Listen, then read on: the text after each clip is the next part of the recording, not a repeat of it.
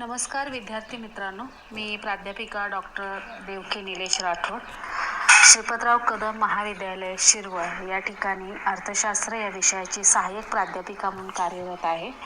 आज आपण या व्हिडिओमध्ये भांडवलशाही म्हणजे कॅपिटलिझम या विषयावरती आपण चर्चा करणार आहोत. भांडवलशाही अर्थव्यवस्थेचा अभ्यास करण्या अगोदर की जगात सर्वप्रथम भांडवलशाही अर्थव्यवस्था निर्माण झाली. या अर्थव्यवस्थेत समाजातील साधनसंपत्ती व्यक्ती आणि उद्योग संस्थेच्या मालकीची असते. भांडवलशाही खाजगी मालमत्तेच्या हक्काला मान्यता देते व या हक्काचे रक्षण करते. यानुसार संसाधन बाळगणे, त्यावर मालकी हक्क प्रस्थापित करणे, संसाधनाचा वापर करणे या बाबींना मान्यता दिली जाते. संसाधनावर खाजगी मालकी, वस्तू व सेवांचे उत्पादन व वितरण यांच्याशी निगडीत निवडी निश्चित करण्यातील उपभोक्ते व उत्पादक यांच्यातील आंतरक्रिया या व्यवस्थेला भांडवलशाही असे म्हणतात.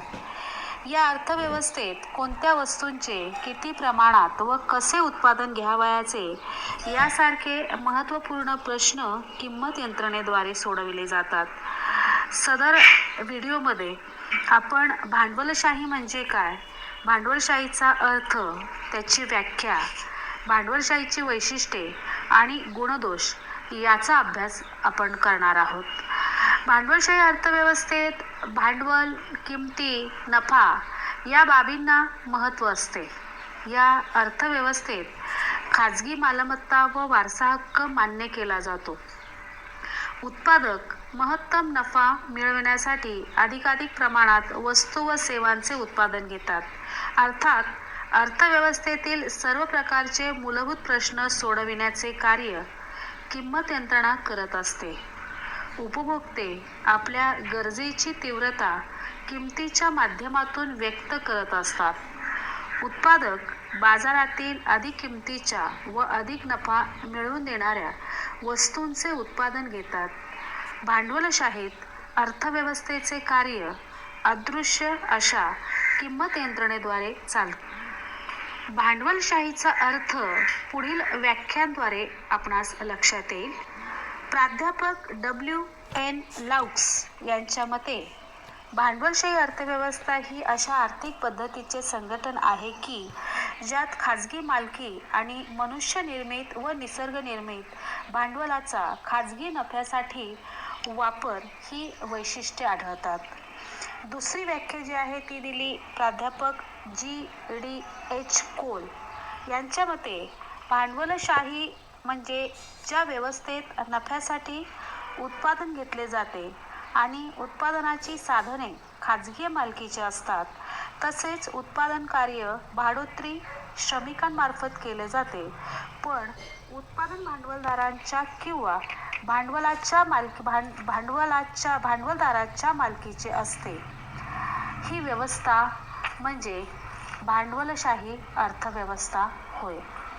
तिसरी व्याख्या ही प्राध्यापक पिगू यांची आहे. प्राध्यापक पिगू यांच्या मते ज्या अर्थव्यवस्थेत उत्पादनाची भौतिक साधने ही खाजगी व्यक्तीच्या मालकीची व भाड्याने घेतलेली असतात आणि त्यांचा उपयोग स्वतःच्या इच्छेने करून नफा मिळविण्याच्या दृष्टीने वस्तू व सेवा निर्माण केल्या जातात, ती अर्थव्यवस्था म्हणजे भांडवलशाही अर्थव्यवस्था. वरील व्याख्यांवरून हे स्पष्ट होते की भांडवलशाहीत नफ्याच्या प्रेरणेला अधिक महत्त्व असते. सरकारी हस्तक्षेपाचा अभाव असतो. व्यक्तिगत उत्पन्नावर कोणतीही निर्बंधे नसतात. उत्पादक व उपभोक्त्यांना बाजारात पूर्ण स्वातंत्र्य असते. उत्पादन क्षेत्रात केंद्रीय नियोजन नसते. सरकारने ठरवून दिलेल्या मर्यादेमध्ये प्रत्येकाला त्याच्या इच्छेनुसार कोणतेही कार्य करण्याचे स्वातंत्र्य असते. विद्यार्थी मित्रांनो, आता आपण भांडवलशाहीच्या वैशिष्ट्यांचा अभ्यास करणार आहोत. या वैशिष्ट्यांचा अभ्यास करत असताना आपल्याला पुढील मुद्द्यांच्या आधारे स्पष्टीकरण करता येईल. त्यातला पहिला मुद्दा आहे मालमत्तेचा हक्क. खाजगी मालमत्ता बाळगण्याचा हक्क हे भांडवलशाहीचे ठळक वैशिष्ट्य आहे. जमीन, कारखाने, यंत्रसामग्री, खाणी यासारख्या उत्पादक साधनसंपत्तीवर खाजगी मालकी असते. म्हणजेच व्यक्तीला उत्पादनाची साधने प्राप्त करण्याचा व त्यांचा विनियोग करण्याचा अधिकार असतो. तसेच व्यक्ती स्वतःकडील साधनांची विक्रीही करू शकते.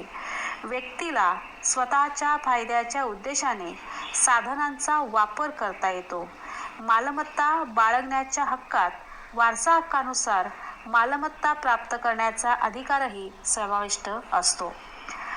दुसरा मुद्दा, व्यवसाय स्वातंत्र्य. आर्थिक स्वातंत्र्य हे भांडवलशाहीचं आणखी एक वैशिष्ट्य आहे. आर्थिक स्वातंत्र्यात व्यवसाय स्वातंत्र्य, करार स्वातंत्र्य आणि एखाद्याची मालमत्ता वापरण्याचे स्वातंत्र्य यांचा अंतर्भाव होतो. प्रत्येक व्यक्तीला तिच्या आवडीनुसार कोणताही व्यवसाय करण्याचे स्वातंत्र्य असते. तसेच व्यक्तीला फायदेशीर ठरेल अशा पद्धतीने इतर व्यक्तींशी करार करता येतो. प्रत्येकाला कोणताही व्यवसाय कोठेही सुरू करता येतो. तथापि सरकार काही वेळा सार्वजनिक हित लक्षात घेऊन आर्थिक स्वातंत्र्यावर काही बंधने घालू शकते. तिसरं वैशिष्ट्य, बाजारासाठी उत्पादन. भांडवलशाहीत बाजारपेठेत विक्री करण्याच्या उद्देशाने उत्पादन घेतले जाते.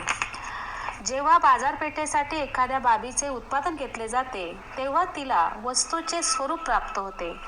यातून वस्तूंची बाजार व्यवस्था निर्माण होते. बाजारपेठेसाठी उत्पादन व्यवस्था निर्माण होण्यास 2 बाबी आवश्यक असतात. त्यामध्ये अ. सामाजिक श्रमविभाजन आणि ब. उत्पादन साधनांवर खाजगी मालकी. सामाजिक श्रमविभागणीमुळे निरनिराळ्या लोकांकडून विविध वस्तूंचे उत्पादन घेतले जाते. कारखाना पद्धतीच्या विकासाबरोबर श्रमविभाजन वाढते. जोपर्यंत उत्पादन साधने समाजातील प्रत्येकाच्या मालकीचे असतात तोपर्यंत त्यांना हव्या असणाऱ्या वस्तूंचे उत्पादन घेणे त्यांना सुलभ असते. पण भांडवलशाहीच्या विकासाबरोबर उत्पादन साधनांच्या मालकी हक्काचे विशिष्ट व्यक्तींकडे केंद्रीकरण होते. यातून संपूर्ण बाजारासाठी उत्पादन घेण्याची व्यवस्था सुरू होते. आता वळूयात आपण चौथ्या वैशिष्ट्याकडे. चौथं वैशिष्ट्य आहे नफ्याचा हेतू. उद्योग संस्था व व्यक्ती नफ्याच्या हेतूने आपापले व्यवसाय चालवितात. लोक नफ्याच्या उद्देशाने निरनिराळ्या आर्थिक क्रिया करण्यास प्रेरित होतात. बाजारात उत्पादित वस्तू व सेवांना अधिकाधिक किमती मिळणे अपेक्षित असते. यामुळेच कोणत्या वस्तूंचे उत्पादन घ्यावयाचे आणि किती प्रमाणात उत्पादन घ्यावयाचे या बाबी व्यक्तिगत नफ्याच्या पातळीनुसार ठरविल्या जातात. सामाजिक लाभापेक्षा व्यक्तिगत नफा हा उत्पादनाचा उद्देश असतो. नफ्याच्या हेतूमुळे उत्पादक व व्यावसायिक उत्पादन घटकांचा पर्याप्त वापर करण्यास प्रेरित होतात. थोडक्यात भांडवलशाही अर्थव्यवस्थेत नफ्याचा हेतू हा आर्थिक व्यवहारांचा आधार असतो. आता 5वं वैशिष्ट्य, किंमत यंत्रणा. भांडवलशाही अर्थव्यवस्थेत किंमत यंत्रणा कार्यरत असते. बाजारातील वस्तू आणि उत्पादन घटक यांची मागणी व पुरवठा यांच्यात समानता निर्माण करण्याचे कार्य किंमत यंत्रणा करते. उत्पादक, उपभोक्ते, कामगार, विक्रेते हे सर्वजण किंमत यंत्रणेद्वारे आपले निर्णय घेतात. अर्थव्यवस्थेत कोणत्या वस्तूंचे उत्पादन घ्यावयाचे, किती प्रमाणात घ्यावयाचे, कोणासाठी उत्पादन करावे यासारखे निर्णय किंमत यंत्रणेद्वारे घेतले जातात. सर्व आर्थिक व्यवहारांचे नियंत्रण किंमत यंत्रणा करते. संपूर्ण अर्थव्यवस्था ही किंमत यंत्रणेभोवती फिरते. यामुळे भांडवलशाही अर्थव्यवस्थेत किंमत यंत्रणेला अत्यंत महत्त्वाचे स्थान असते. यानंतरचा आकडा आहे आकडा क्रमांक किंवा मुद्दा क्रमांक 6, उपभोक्त्यांचे सार्वभौमत्व. भांडवलशाही व्यवस्थेत उपभोक्त्यांना आपल्या आवडीनुसार व पसंतीनुसार वस्तू व सेवा खरेदी करण्याचे स्वातंत्र्य असते. बाजारात उपभोक्त्यांना हव्या असणाऱ्या वस्तू व सेवांची निर्मिती केली जाते. अर्थात उपभोक्त्यांच्या पसंतीनुसार उत्पादन न घेतल्यास उद्योग संस्थांना महत्तम नफ्याचे उद्दिष्ट गाठता येत नाही. वस्तू व सेवा पसंतीच्या नसल्यास उपभोक्तेही त्यांना पुरेशी किंमत देण्यास तयार होत नाहीत. अशा प्रकारे उद्योग संस्थांनी कोणत्या वस्तूंचे आणि किती प्रमाणात उत्पादन घ्यावयाचे ते ग्राहकांच्या आवडीनिवडी व पसंतीवर अवलंबून असते. म्हणूनच भांडवलशाहीत उपभोक्ता हा सार्वभौम असल्याचे प्रतिपादन केले जाते. बाजारात उपभोक्ता हा राजासारखा असतो. कोणत्या वस्तूंचे किती प्रमाणात उत्पादन घ्यावयाचे याबाबत तो एका अर्थाने आदेशच देत असतो. यानंतरचा मुद्दा आहे मुद्दा क्रमांक 7, आर्थिक विषमता. अर्थव्यवस्थेतील सर्व मूलभूत प्रश्न किंमत यंत्रणा सोडविते, पण यात अंतर्भूत होणाऱ्या खर्चाचाही विचार करणे आवश्यक ठरते. बाजारात प्रेरके उपलब्ध करून देण्याचा खर्च म्हणजेच त्यातून निर्माण होणारी आर्थिक विषमता होय. कोणत्याही प्रेरक व्यवस्थेमुळे व्यक्ती व उद्योग संस्थांना चांगल्या कार्यक्षमतेबद्दल उच्च वेतन, अधिक नफा व उच्च परतावा या संदर्भात भरपाई प्राप्त झाली पाहिजे. अर्थात यानुसार कामगिरीप्रमाणे वेतन किंवा परतावा मिळणार असेल तर व्यक्तीत कामगिरी किंवा योगदानामध्ये फरक राहत असल्याने यातून उत्पन्नातील विषमता निर्माण होते. संपत्तीच्या विषम वाटणीने आर्थिक विषमता वाढतच जाते. आर्थिक विषमता हे भांडवलशाहीचे लक्षण ठरते. यानंतरचा मुद्दा आहे मुद्दा क्रमांक 8, स्पर्धा. भांडवलशाही अर्थव्यवस्थेत उत्पादकात स्पर्धा सुरू होते. उत्पादक जाहिरातींद्वारे वस्तू व सेवांची विक्री वाढविण्याचा प्रयत्न करतात. उत्पादक वस्तूंच्या किमती कमी करून वस्तूंची गुणवत्ता सुधारून किंवा ग्राहकांना इतर प्रलोभने दाखवून आकर्षित करतात. तसेच दुसऱ्या बाजूला चांगल्या व दर्जेदार वस्तू प्राप्त करण्यासाठी ग्राहकांमध्येही स्पर्धा असते. ग्राहक दर्जेदार व उत्तम गुणवत्तेच्या वस्तूंसाठी अधिक किंमत देण्यास तयार असतात. त्याचप्रमाणे कामगार वर्गातही रोजगार प्राप्त करण्याकरिता स्पर्धा असते. विद्यार्थी मित्रांनो, यानंतरचा मुद्दा आहे मुद्दा क्रमांक 9, अनियोजित अर्थव्यवस्था. भांडवलशाही अर्थव्यवस्थेत नियोजनाचा अभाव असतो. अर्थव्यवस्थेत कोणत्या वस्तूचे किती, कसे व कोठे उत्पादन घ्यावयाचे याबाबतचे निर्णय योजनापूर्वक घेतले जात नाहीत. आर्थिक व्यवहाराबाबत कोणतेही जाणीवपूर्वक नियमन नसते. अर्थव्यवस्थेतील प्रत्येक बाब जणू काही स्वयंचलित असते. स्वतंत्र अशा असंख्य उत्पादकांच्या निर्णयातून उत्पादन प्रक्रिया पार पडते. उत्पादनाच्या वाटपाचेही नियोजन केले जात नाही. एकंदरीत भांडवलशाही अर्थव्यवस्था अनियोजित स्वरूपाची असते. यानंतरचा मुद्दा आहे, यानंतरचं वैशिष्ट्य आहे 10वा वर्ग संघर्ष. भांडवलशाहीत समाज 2 वर्गात विभागला जातो. प्रचंड प्रमाणात भांडवल व आर्थिक सत्ता बाळगणाऱ्या मुठभर भांडवलदारांचा वर्ग एका बाजूला असतो, तर दुसऱ्या बाजूला श्रमाची विक्री करून जीवन जगणाऱ्या असंख्य श्रमिकांचा वर्ग असतो. भांडवलदारांकडे उत्पादन साधनांचे केंद्रीकरण झालेले असते. श्रमिक मात्र गरीब असतात. भांडवलदारांकडून त्यांचे शोषण होते. परस्पर विरोधी हितसंबंधांमुळे या दोन्ही वर्गात संघर्ष निर्माण होणे स्वाभाविक असते. यानंतर भांडवलशाहीचं वैशिष्ट्य क्रमांक 11, मर्यादित सरकारी हस्तक्षेप. या अर्थव्यवस्थेत व्यक्तिगत प्रयत्नांना अधिक वाव मिळतो. प्रत्येक व्यक्ती आपले हित साधण्याचा प्रयत्न करते. यातून सर्वांचे हित साधले जाईल अशी कल्पना असते. त्यामुळे आर्थिक व्यवहारात सरकारी हस्तक्षेप मर्यादित असतो. बाजाराला अधिक मुक्तपणे कार्य करता यावे यासाठी सरकार फारसा हस्तक्षेप करत नाही.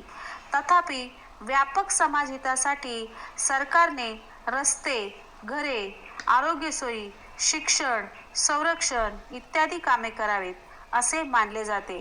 पण आर्थिक व्यवहारात सरकारने फारशी ढवळाढवळ करू नये, कारण आर्थिक स्वातंत्र्य हा भांडवलशाही अर्थव्यवस्थेचा पाया मानला जातो. यानंतर भांडवलशाहीचं शेवटचं वैशिष्ट्य क्रमांक 12, धोक्याद्वारे नियंत्रण. भांडवलशाहीचे आणखी एक वैशिष्ट्य म्हणजे व्यवसायातील धोक्यांद्वारे त्याचे नियंत्रण होते. यालाच भांडवलशाहीतील सोन्याचा नियम, इंग्रजीत त्याला गोल्डन रूल ऑफ कॅपिटलिझम असे म्हणतात. उत्पादन वर्ग मोठ्या प्रमाणात धोका पत्करून व्यवसायात पैसा गुंतवितो. ही गुंतवणूक सुरक्षित राहावी याकरिता त्यांना स्वतःवर काही बंधने वा नियंत्रणे घालून घ्यावी लागतात. अर्थात उत्पादकांनी अधिक धोके पत्करल्यास नियंत्रणेही जादा प्रमाणात स्वीकारावे लागतात. उत्पादक स्वतःकडे निधी गुंतवित असल्याने त्यांना व्यावसायिक निर्णय फार दक्षतेने घ्यावे लागतात. अशा प्रकारे या बाजारात धोक्यांद्वारे उद्योगांचे नियंत्रण होते. विद्यार्थी मित्रांनो, आता आपण भांडवलशाहीच्या या 12 वैशिष्ट्यांचा या ठिकाणी अभ्यास केला. यानंतर आपण भांडवलशाहीचे गुण किंवा फायदे याचा या ठिकाणी अभ्यास करणार आहोत. भांडवलशाहीचे गुण किंवा फायदे, त्यातला पहिला गुण आहे तो म्हणजे गुण क्रमांक 1, स्वयंचलित कार्य. भांडवलशाहीचा महत्त्वाचा गुण म्हणजे तिचे स्वयंचलित कार्य होय. अर्थव्यवस्थेच्या कामकाजासाठी कोणत्याही केंद्रीय मार्गदर्शक संस्थेची आवश्यकता नसते. ही अर्थव्यवस्था किंमत यंत्रणेद्वारे आपोआप चालविली जाते. किमतीच्या माध्यमातून सर्व प्रकारच्या प्रश्नांची सोडवणूक होते. किंमत यंत्रणेने अर्थव्यवस्था आपोआप चालत असल्याने सरकारी हस्तक्षेपाची आवश्यकता नसते. दुसरा गुण किंवा दुसरा फायदा जो भांडवलशाहीचा आहे तो म्हणजे भांडवल निर्मितीचा उच्च दर. भांडवलशाहीत मालमत्ता धारण करण्याचा अधिकार मान्य केलेला असतो. आपल्या पश्चात आपली मालमत्ता वारसाकडे जाईल याची त्यांना खात्री असते. त्यामुळे लोक आपल्या उत्पन्नाचा बराच भाग बचत करतात. ही बचत गुंतवून त्यातून अधिक नफा प्राप्त करण्याचा ते प्रयत्न करतात. अर्थात यामुळे बचतीचे प्रमाण वाढते, गुंतवणूकही वाढते. भांडवल निर्मितीच्या दरात वाढ घडून येते. भांडवल निर्मितीचा उच्च दर आर्थिक विकासाला पोषक ठरतो. या ठिकाणी तिसरा फायदा जो आहे भांडवलशाहीचा तो म्हणजे उच्च कार्यक्षमता आणि कामाची प्रेरणा. या अर्थव्यवस्थेत श्रमिकांना व संयोजकांना अधिक मेहनत घेण्यास व कार्यक्षमता वाढविण्यास प्रेरणा मिळते. संयोजक अधिक नफा प्राप्त करण्यासाठी आपली कार्यक्षमता वाढविण्याचा प्रयत्न करतात. तसेच उच्च कार्यक्षमता सिद्ध करणाऱ्या श्रमिकांना अधिक वेतन प्राप्त होते. त्यामुळे ते आपली कार्यक्षमता वाढविण्याचा प्रयत्न करतात.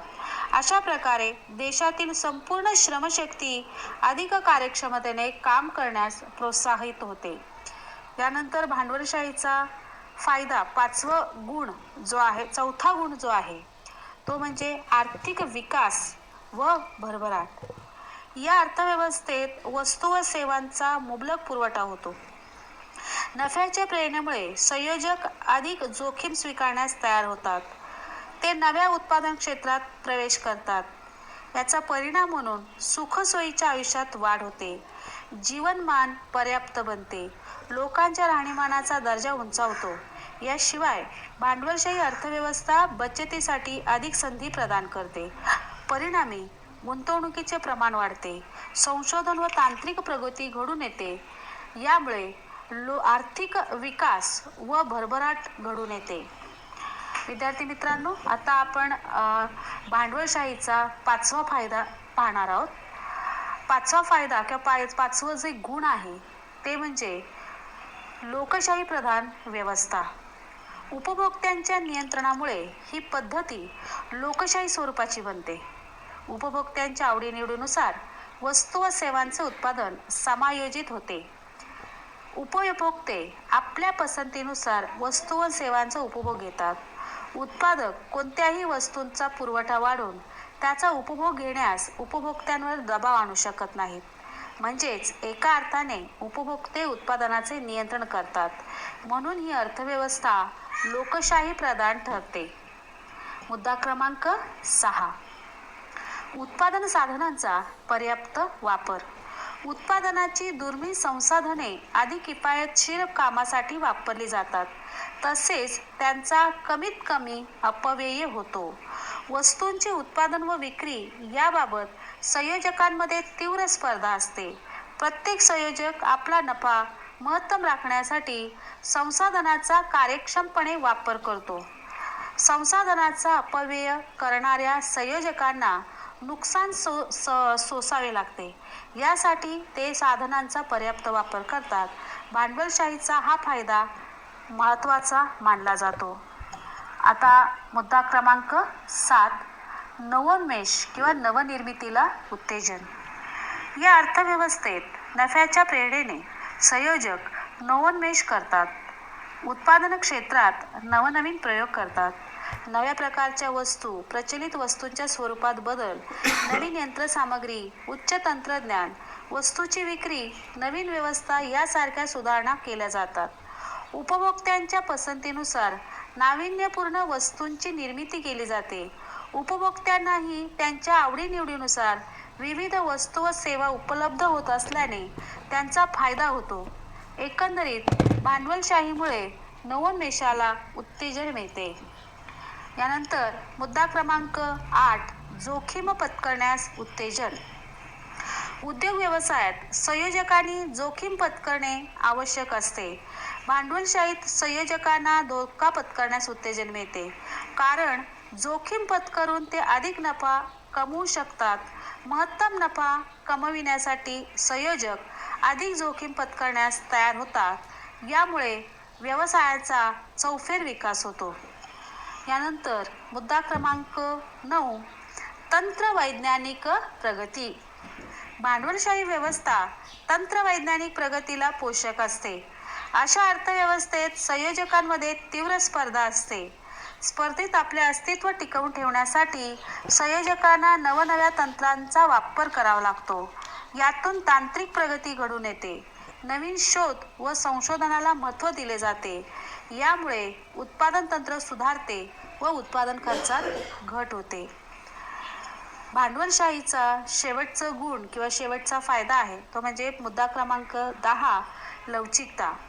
ही अर्थव्यवस्था लवचिक असते.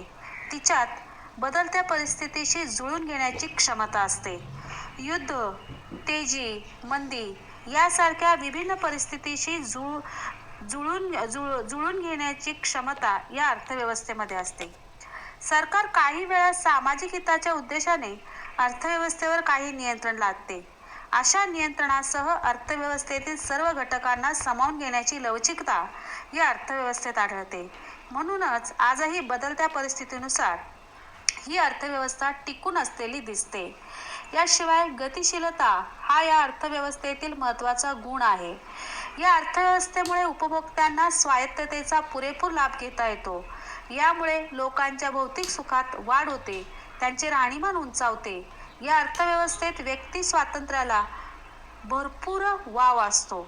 यामुळे कल्याण आणि विकास या बाबी खऱ्या अर्थाने साकारता येतात. सामाजिक जीवन अधिक दर्जेदार करता येते. विद्यार्थी मित्रांनो, आता आपण पाहिलं भांडवलशाहीचे फायदे पाहिले, त्याचे गुण पाहिले. जसे एका नाण्याच्या 2 बाजू असतात, तसंच भांडवलशाहीचे जितके फायदे किंवा गुण आहेत तसेच भांडवलशाहीचे काही दोषही आहेत. तर त्या दोषांचा किंवा तोट्यांचाही अभ्यास आपण या ठिकाणी करणार आहोत. यामध्ये पहिला मुद्दा जो आहे तो म्हणजे अनियोजित उत्पादन व्यवस्था. भांडवलशाहीचा सर्वात महत्त्वाचा दोष यात समन्वयाचा अभाव असतो. उत्पादन व्यवस्था अनियोजित स्वरूपाची असते. प्रत्येक उत्पादक आपल्या इच्छेप्रमाणे निरनिराळ्या वस्तूंचे उत्पादन घेतो. यामुळे हव्या असणाऱ्या वस्तूंची दुर्मिळता तर नको त्या वस्तूंचे प्रचंड उत्पादन अशी स्थिती निर्माण होते. जीवनावश्यक वस्तूंचे उत्पादन पुरेशा प्रमाणात झाले नाही तर अशा वस्तूंची आयात करावी लागते. दुसरा दोष मानवी कल्याणाकडे दुर्लक्ष. या अर्थव्यवस्थेत उपभोक्ते, समाज व उत्पादक यांच्या हितसंबंधात सुसंवाद साधला जात नाही. मुक्त स्पर्धेचा अभाव, उत्पादकांकडून पद्धतशीरपणे ग्राहकांची होणारी फसवणूक आणि ग्राहकांचे अज्ञान यामुळे उपभोक्ते सार्वभौम राहू शकत नाहीत. ते राजा बनून राहण्याऐवजी उत्पादकांचे गुलाम होतात. उत्पादक व संयोजक स्वहिताच्या उद्देशाने आर्थिक निर्णय घेतात. समाजहित हा त्यांचा उद्देश नसतो आणि अधिक नफा मिळवून देणाऱ्या वस्तूंचे ते उत्पादन घेतात. परिणामी समाजाचे कल्याण दुर्लक्षित राहते. मुद्दा क्रमांक 3, आर्थिक अस्थिरता. अतिरिक्त स्पर्धा व अतिबचतीमुळे अतिरिक्त उत्पादन होते. यातून अर्थव्यवस्थेत व्यापारी चले निर्माण होतात. आर्थिक अस्थैर्य निर्माण होते. उत्पादन अनियोजित स्वरूपात असते. सातत्याने होणाऱ्या भांडवल संचयामुळे अशा उत्पादनात सतत वाढ होत राहते. उत्पादन व उपभोगात असमतोल निर्माण होते. परिणामी अर्थव्यवस्थेत सतत अस्थिरता उद्भवते. आता चौथा दोष तो म्हणजे बेकारीचा प्रश्न. भांडवलशाहीत बेकारीचा प्रश्न गंभीर बनतो. तेजीच्या काळात रोजगार वाढत असला तरी मंदीच्या काळात मात्र प्रचंड बेकारी वाढते. आर्थिक अस्थिरतेमुळे बेकारीचा प्रश्न निर्माण होतो. श्रमिकांना कसेबसे जीवन जगावे लागते. नफ्याच्या मागे धावणारा उत्पादक वर्ग श्रमिकांच्या सुरक्षिततेची मात्र फारशी काळजी घेत नाही. याशिवाय तेजीच्या काळात चलनवाढीचा धोका असल्याने गरीब श्रमिक वर्ग व स्थिर उत्पन्न प्राप्त करणाऱ्यांवर अनिष्ट परिणाम होतो. यानंतरचा मुद्दा आहे तो म्हणजे उधळपट्टीची स्पर्धा. हा या अर्थव्यवस्थेतील आणखी एक महत्त्वाचा दोष आहे. बाजारात आपले वर्चस्व निर्माण करण्यासाठी उत्पादक विक्री व्यवस्थेवर व जाहिरातींवर प्रचंड खर्च करतात. उत्पादक प्रतिस्पर्ध्याला हरविण्यासाठी सतत प्रयत्न करतात. या प्रयत्नात साधनसंपत्तीचा अपव्यय होतो. उत्पादक जाहिरातींवर अवाढव्य खर्च करीत असले तरी तो खर्च ग्राहकांकडून वसूल करतात. त्यामुळे अंतिमतः ग्राहकांचे नुकसान होते. थोडक्यात बाजारातील स्पर्धेमुळे उत्पादनात विविधता निर्माण होत असली तरी उधळपट्टी किंवा साधनांचा अपव्यय हा दोष त्यातूनच निर्माण होतो. यानंतरचा दोष क्रमांक किंवा तोटा 6वा आकडा साधनसंपत्तीचे गैरवाटप. देशातील उत्पादक साधनसंपत्तीचे गैरवाटप होते. उत्पादक नफ्याच्या प्रेरणेमुळे श्रीमंतांना लागणाऱ्या सुखद वस्तूंचे किंवा चैनीच्या वस्तूंचे अधिक उत्पादन घेतात. गरीब वर्ग मात्र वस्तूंसाठी अधिक किंमत देऊ शकत नसल्याने उत्पादक अशा वस्तूंचे कमी उत्पादन घेतात. यामुळे समाजातील दुर्मिळ साधनसंपत्ती चैनीच्या वस्तूंच्या उत्पादनाकडे वळवली जाते. हा एका अर्थाने साधनांचा अपव्यय ठरतो. यानंतरचा मुद्दा आहे मुद्दा क्रमांक 7, मक्तेदारीच्या प्रवृत्तीत वाढ. बाजारातील तीव्र स्पर्धेमुळे उत्पादकांचे नुकसान होते.